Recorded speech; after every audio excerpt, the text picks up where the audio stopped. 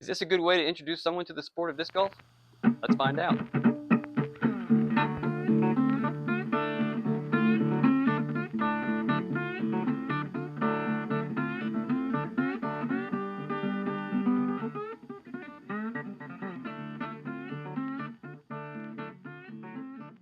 Kevin McClain, aka Southpaw McChainz. I'm out here at Johnson Street in High Point, and thanks for watching. I'm going to play the Golds today. The Golds is the long layout, and it is challenging. I've only played the Golds once before, and I shot a plus 11. UDisc says the global average is plus 10. So that's my goal today, is to beat plus 10. But the reason I'm playing Golds is because I recently was at a league event, and there were some new people on my card, and this one gentleman who I'd never met before, he mentioned that his way of introducing people to the sport of disc golf is to bring them here to Johnson Street and to play the gold layout.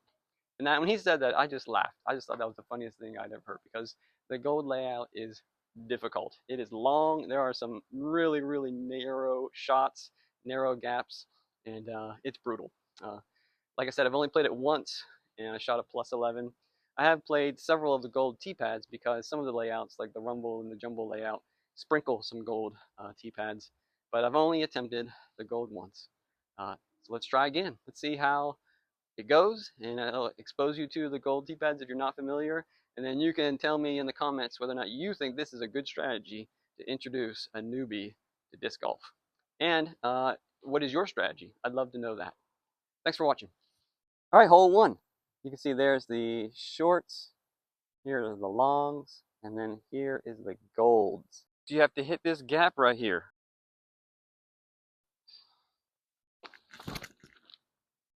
Oh, that felt like a good pull. First throw of the day. Not too shabby. Made that gap. Up the fairway. That was a good drive. I got pretty good. Just outside C2 here. Should be able to make that. Start out with a par. That's good.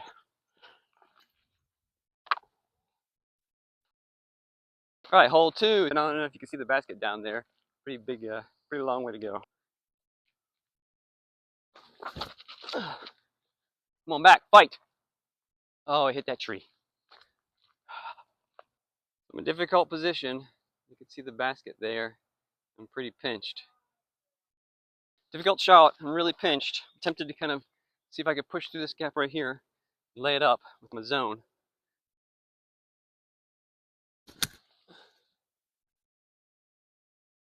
Oh, I think that's good. That was actually a great upshot. For another par. Pars are good on the gold layout. All right, hole three. Basket. Shorts, longs, gold tee pad, 435. The challenge is you got to keep it in the fairway. Beyond that tree grove, keep on going. It's long. Oh. Right, middle of the fairway.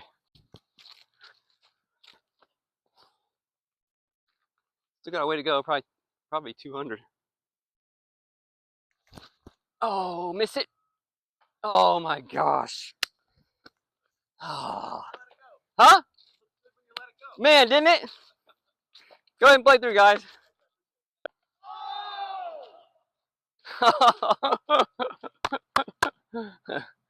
So you can see mine just came in and just hit this big tree. It was a good line, but just missed it. Now I have a slow approach here. Stop. All right, that should give me a 4.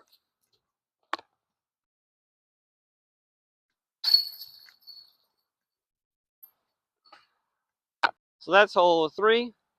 Very challenging hole. You got to make that gap, which is probably at least 300 off the tee pad. Hole 4, tee pad says 362. You got to hit this gap, which is about what, 70 in front of me. There is OB if you go too far to the right after you make the gap. But just making the gap would be fabulous. Oh, come out of that. I made the gap, and I made it significantly far down the fairway. but I ended up on the left, which might be tricky. All right, I don't know if you can see the basket, but it's in this direction, and I am really pinched off here. I think my only bet is to do a patent pending with something super overstable.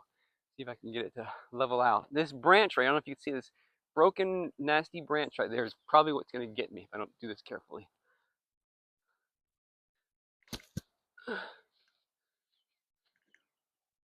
And I'm short. I actually hit my gap perfectly, but I'm short. Give myself a putt. So you can see I just didn't push it quite far enough, and I gave myself a C2 here. This is, I think, a floaty drop in would be the best shot. Not high enough. Oh, man, that was close though.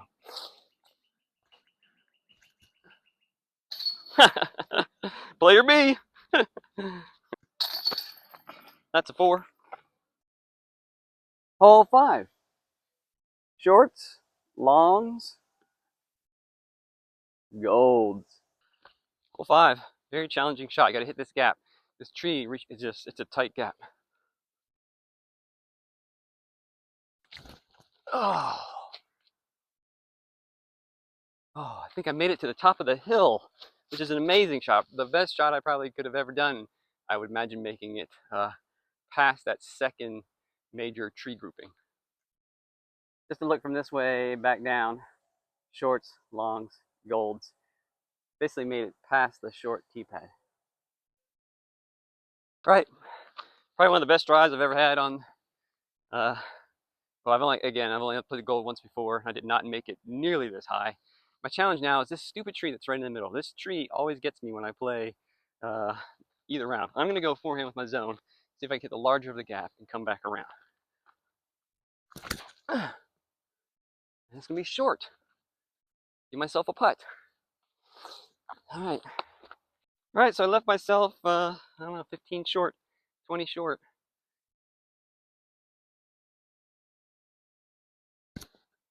Oh, Kevin. That's a 4. Told myself to commit, and I hit band. And of course, most people say if you hit band, that was good. That's better. That shows a commitment. Not hitting the cage, which shows lack of commitment. So I tried to commit, hit the band, paid the price, but I'm actually happy with that putt. All right, hole 6. This is 287 gold from this. It has one of the nastiest gaps here for the lefty. I mean, it's just terrible, and I am super dreading this because just getting out of this gap is just so hard. Oh, make it? No! Oh, thought I had it. So again, just look at this coming up this road here, this path here, fairway. This is the quote fairway. Look how narrow this thing is. It's cracking me up. It gets actually narrower as you get closer to it. Here's my disc. Hit this tree, the last tree. If I'd beaten that, it would have been amazing. But now I got a serious upshot to make. Challenging hole. Well, this low-lying branch right here, I just don't know if I can get over on it and not get destroyed by this right away. I think the only thing I can do is actually do a forehand here, and I'm not excited about this at all, but I'm not sure what else to do.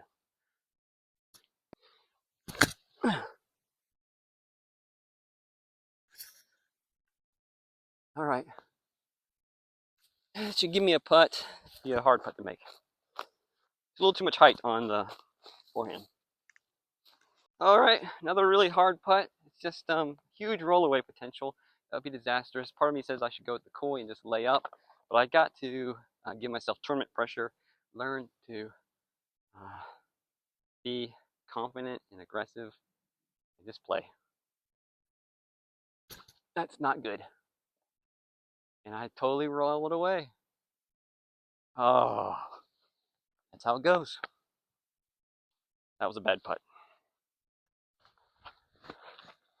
So I totally missed middle, and it rolled, and now I have a huge comebacker down here. You can see, and there's really no lefty line even. I should just concede my double with the koi.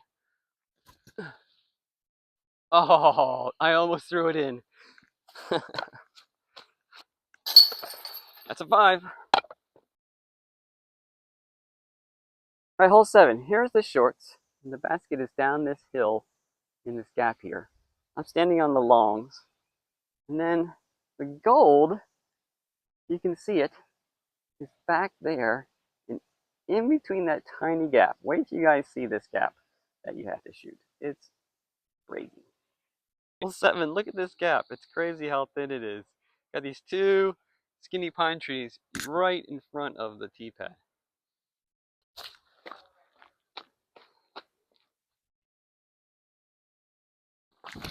Oh,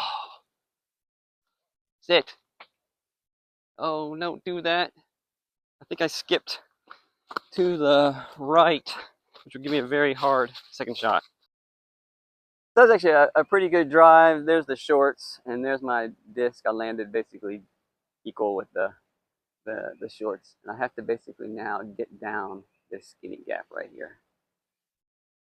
There are some gaps. I basically have to punch through those trees, and have it come down the hill. Hopefully you can see the basket.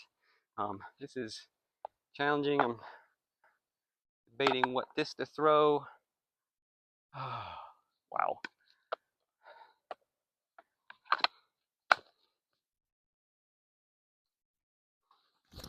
Oh, get through there. Oh, I think I made it down to the bottom. Oh my gosh.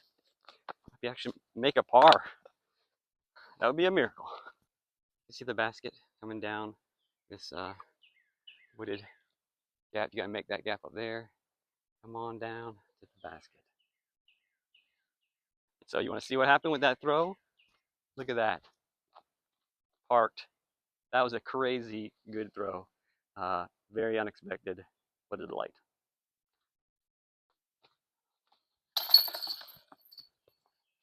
Truth. All right, hole 8.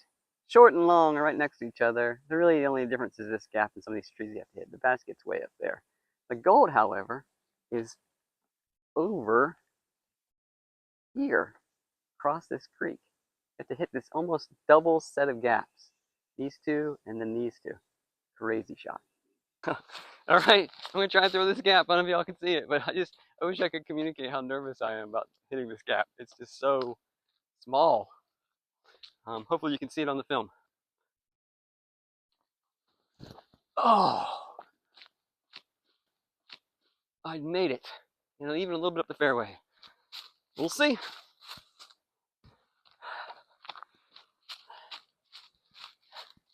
Landed right here. Great drive. You can see now I have a little forehand push to get up there to the basket.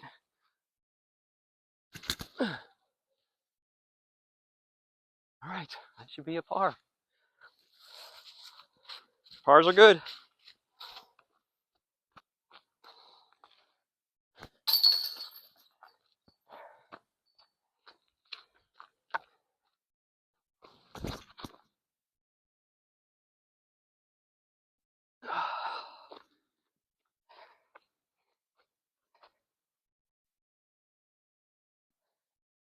This is hole 9. This is 450. You can see here's my drive. That was actually a really good drive. If I can just punch up here with my zone, have a nice tap in for a par. Almost a leaner. Good upshot for a 3. All right, by my reckoning, I'm +5 through 9, which is on pace to meet the global average. But man, it's been challenging. I did have that double bogey, which was a mistake. I should have probably laid up and just taken the bogey. But there's still lots to play, lots of bogeys to make. Let's see if I can do it, beat the challenge. All right, so this is hole 10. And again, this is the gold tee pad. You can see the short tee pad there and the long tee pad there. Got this gap to make, which is just crazy and not good for making the distance down to the basket, because the basket is actually down to the left and down quite a bit.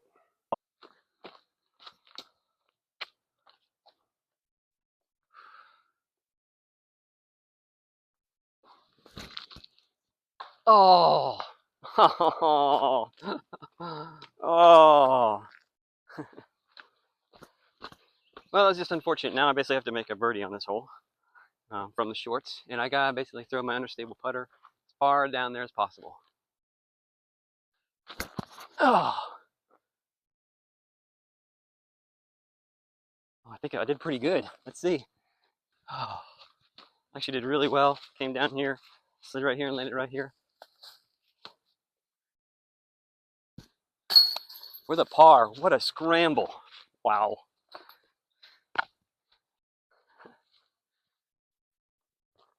Look at this beautiful hole. Absolutely beautiful.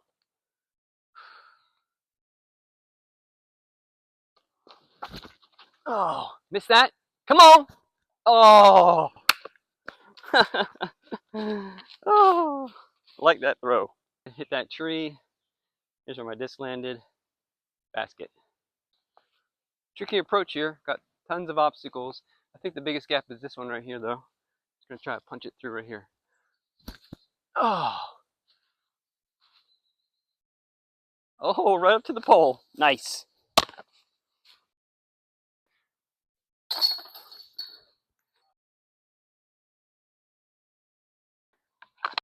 Another par.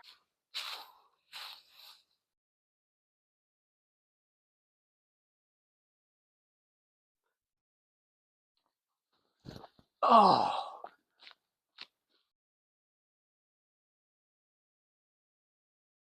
I actually gave myself a birdie opportunity. I don't have many of those. This is a big putt. Just probably outside C1.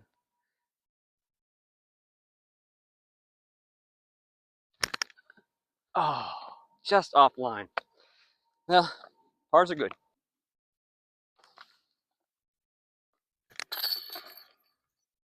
All right, short, longs, golds. It's basically like the short, but add another, I don't know, 40 feet. Big issue is avoiding OB on the right and then staying out of the woods on the left, the basket, kind of over the ridge and toward that tree grouping over there. Oh.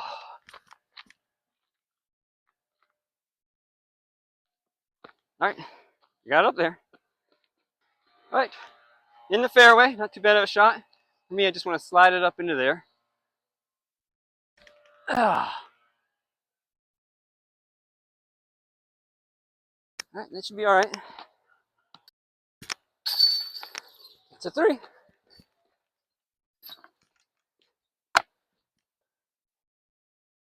Longs, shorts, gold in that corner there. Difficult angle.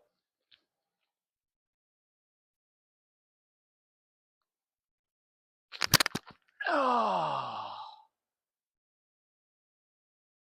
Hopefully got a decent skip. Probably not going to get a bird from that, but decent skip hopefully. Actually not a bad shot. A little bit more force on it, and it might have skipped into there. Now I have a C2 here. Makes me want to get close. All right, that should be a par. Remember, pars are good.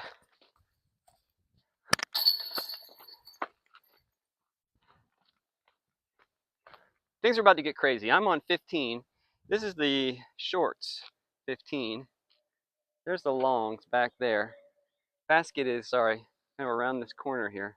But here's the kicker. The longs are actually up this gap, way up there.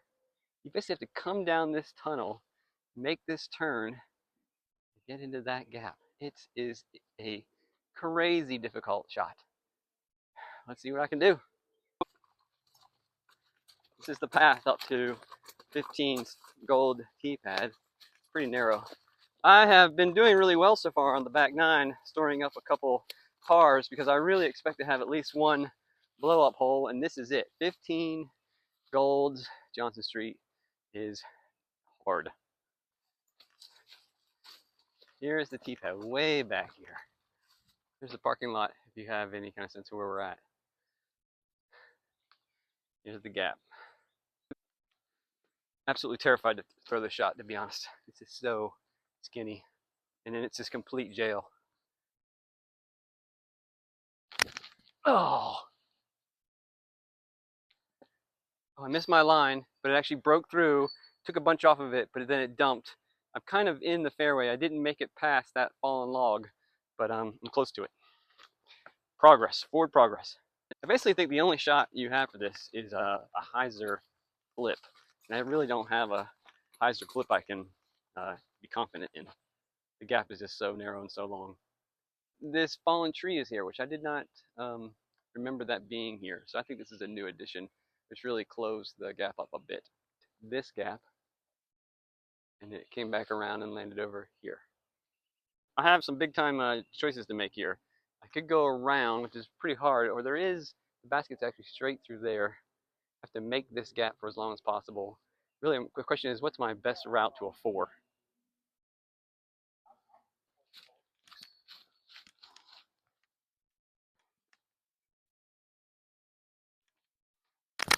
Oh, oh, in the fairway.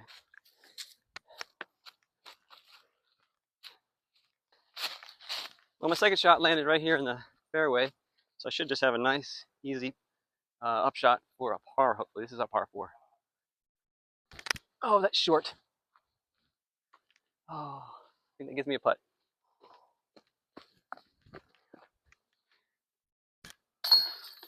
That's for a par from the longs on 15. That was a 4, which is great. I really expected a lot more trouble with that hole. This is 16. Here's the golds. There's the short blue, the whites. And actually the blues are tucked over there. I don't know if you can see it. And actually the blue is really a very difficult line. Gold is really just extending the short line longer. It's still a very long tunnel shot.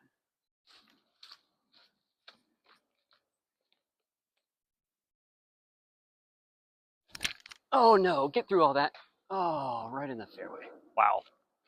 Shucks. Looking forward to that throw. All right, so I hit this tree here, which basically gave me another upshot here. It's pretty straight. Just gonna throw my putter at it. Oh, and that's too soft. Oh, that's gonna give me a big old comebacker. Shucks. Didn't commit. Well, that was definitely an error. I did not commit to the throw. Now I'm just in this really awkward lie. Trees all around me. Wow, this is unfortunate, but here we go. I just have to give myself a horseshoe putt.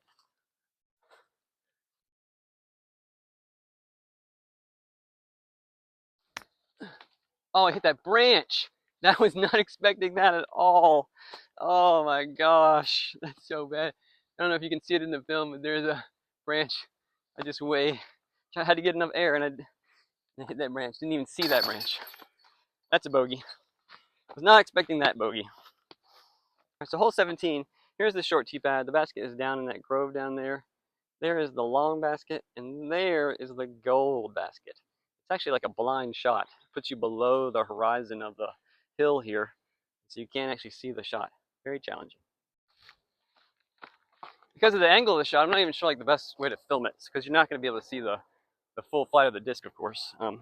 Basically, I need to get up this hill, over this hill, and I don't want to go too far left or right. So I'm going to throw this understable Valkyrie here. Oh, and hopefully have it land the fairway. I'm not sure, might be on the right. Didn't get over on it nearly enough. So I did land here, right here on the right of the fairway with a pretty direct upshot now for the skip. Oh, hit the basket on the skip.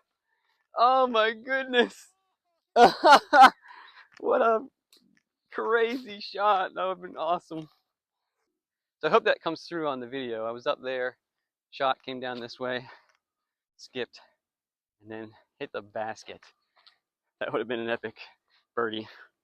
But again, pars are good.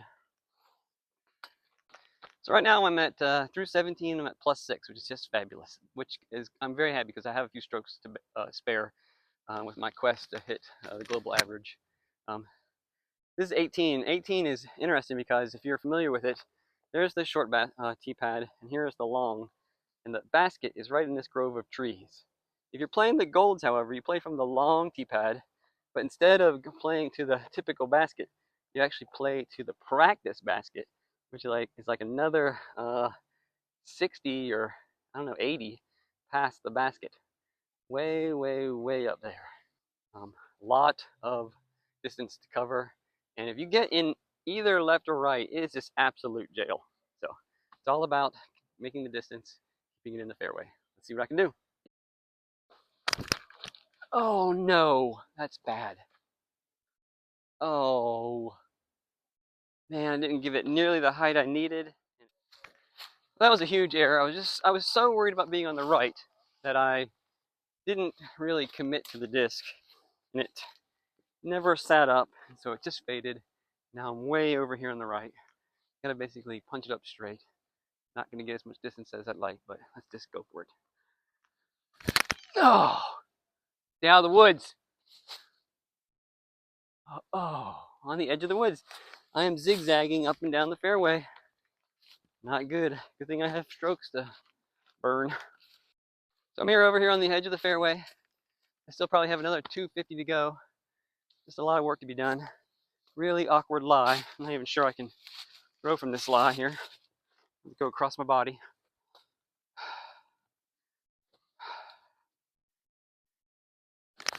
Oh. All right, it's in the fairway at least.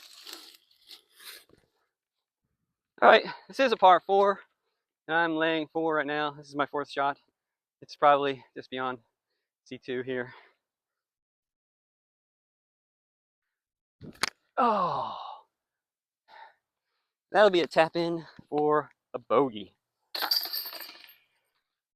Well, there you have it. That's 18 at Johnson Street playing the gold layout. I believe I finished +7, which is I'm very happy with that. I had concerns that I would be able to make the +10 after I shot +5 on the front 9, but had a good clean stretch there at the beginning of the back 9, and that allowed me to meet the goal, the +7. If you made it this far, thanks for watching. If you're familiar with Johnson Street, though, you probably recognize that I made a crucial error. It was very crowded when I filmed that round, and I was trying to hurry up. And on 9, this tee pad, I took my shot very quickly and forgot to take into account that the hole actually requires shooting from the long tee pad and not shooting the 9's basket, but actually shooting the 18's basket, which is like another 50 and around the corner. So I'm back up here. It's about a week and a half later, having reviewed the footage. I'm trying to actually recreate this shot the best I can. So let's see if I can make the shot. It's a little bit windier today, but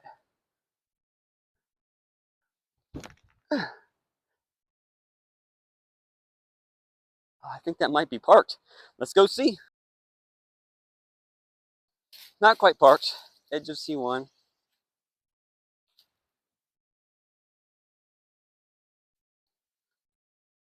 Yes, that's a 3.